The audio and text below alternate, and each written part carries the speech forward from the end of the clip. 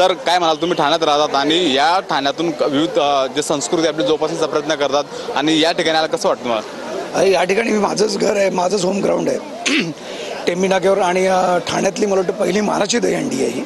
आणि जोपर्यंत या दहीहंडीला उपस्थिती होत नाही किंवा हजेरी लागली जात नाही तोपर्यंत उत्सव पूर्ण झाल्यासारखं वाटत नाही मला. त्यामुळे एक वेगळं नातं आहे या दहीहंडीशी, या उत्सवाशी, आणि खास करून या टेंबी नाक्यावरच्या दहीहंडीशी. त्यामुळे खूप आनंद आहे, दरवर्षी येतो.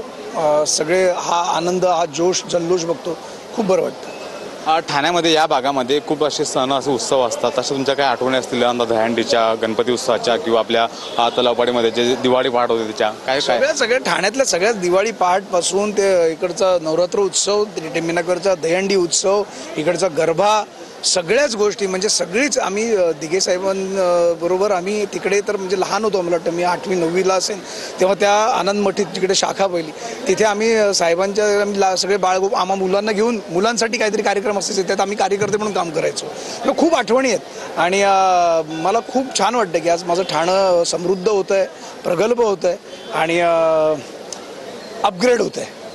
या camera person Yogesh Mihira Dhakane, TV9 Marathi, Thane.